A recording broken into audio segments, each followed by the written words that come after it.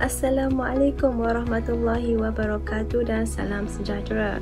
Nama saya Nur Syahirah binti Maghazali, merupakan pelajar dari program Geografi di bawah penyeliaan Encik Muhammad Azlan Abdullah.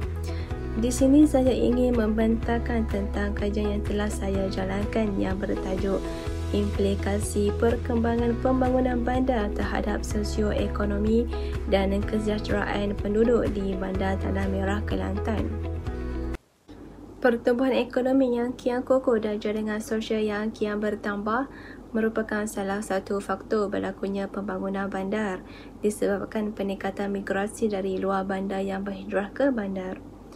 Pembangunan bandar sememangnya memberi impak yang positif dan negatif yang merujuk kepada manusia, kesihatan, persekitaran dan sebagainya. Pembangunan yang berlaku akan merubah lanskap sesebuah kawasan yang merangkumi politik, ekonomi, sosial dan infrastruktur. Di Malaysia, proses pembangunan bandar mula ketara semenjak penghujung 1970-an. Pembangunan bandar yang kian pesat berlaku di negara ini telah menarik perhatian masyarakat untuk berhijrah ke bandar dari desa masing-masing. Hal ini disebabkan di bandar menyediakan banyak peluang pekerjaan dan perniagaan serta mampu memenuhi harapan dan keperluan masyarakat yang menjamin masa depan yang lebih baik. Berdasarkan kajian yang dijalankan oleh Nur Rasyid Miskan menyatakan bahawa transformasi pembangunan bukan sahaja merubah pelan pembangunan negara, malah persekitaran sosioekonomi turut terjejas. Sembroh Hazard 2014 dalam kajiannya menyatakan bahawa pembangunan yang tidak terancang memberi ancaman kepada kualiti hidup penduduk pinggir bandar. Ahmad Nazimi 2017 menyatakan bahawa kemasukan pekerja asing ke dalam negara ini memberi impak yang negatif seperti masalah jenayah.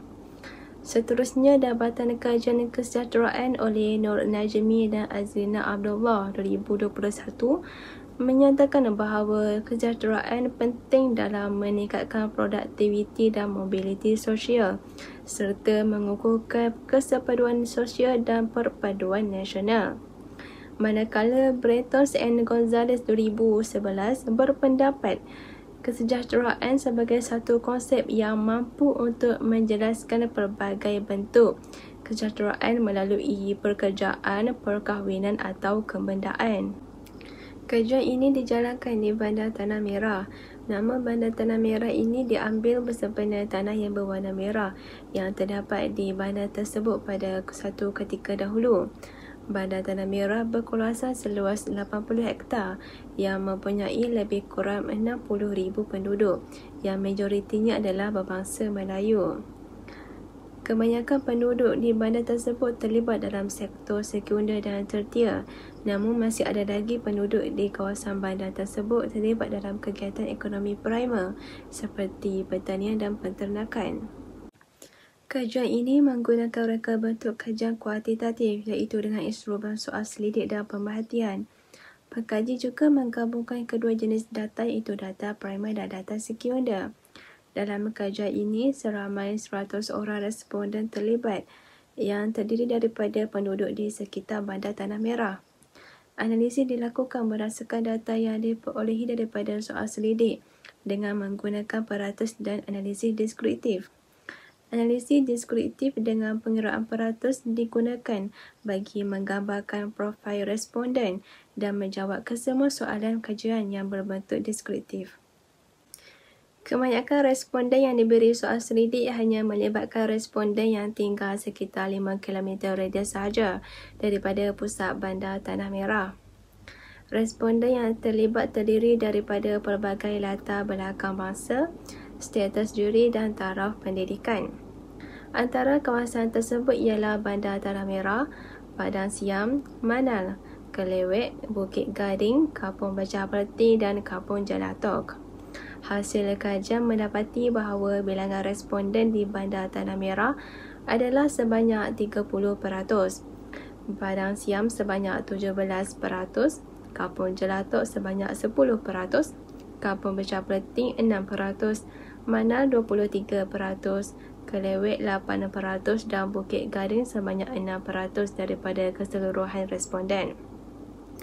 Bagi pendapatan isi rumah secara keseluruhan mendapati responden yang berpendapatan isi rumah yang tertinggi adalah sebanyak RM1,000 hingga RM3,000, iaitu sebanyak 71% responden. Manakala untuk pendapatan RM3,001 hingga RM5,000 adalah sebanyak 13% dan 9% bagi responden yang mempunyai pendapatan isi rumah sebanyak RM5,001 dan ke atas. Manakala kemudahan asas di rumah, kemudahan asas merupakan satu keperluan yang mempengaruhi kesejahteraan hidup. Berdasarkan soal selidik yang dijalankan, didapati majoriti responden mempunyai kemudahan asas yang lengkap di rumah, iaitu bekalan elektrik, bilik dan telefon yang masing-masing mencatatkan sebanyak 100%. Perkembangan bandar yang berlaku akan didorong dengan faktor-faktor yang tertentu. Berdasarkan Jabatan Kajian mendapati majoriti responden bersetuju bahawa faktor yang dinyatakan seperti peningkatan penduduk, jaringan pengangkutan, peningkatan infrastruktur dan perancang bandar adalah faktor yang mendorong kepada pembangunan di Bandar Tanah Merah. Seterusnya, bagi impak pembangunan bandar menunjukkan bahawa pembangunan yang dijalankan memberi impak yang positif kepada penduduk seperti peluang pekerjaan yang mencatatkan sebanyak 73% responden yang bersetuju, peningkatan pendapatan sebanyak 57% responden yang bersetuju dan 75% responden setuju bahawa pembangunan di Bandar Tanah Merah dapat meningkatkan taraf hidup mereka.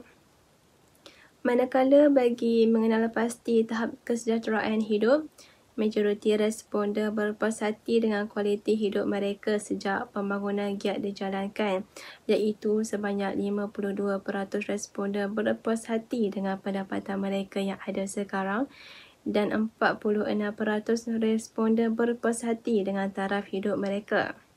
Hal ini disebabkan peningkatan pekerjaan dengan kewujudan kedai-kedai di sekitar Bandar Tanah Merah. Pembangunan di bandar sememangnya memberi impak yang positif dan negatif terhadap sosioekonomi penduduk setempat. Hasil pembangunan yang dijalankan telah merubah sosioekonomi penduduk seperti pendapatan, taraf hidup, pekerjaan dan gaya hidup.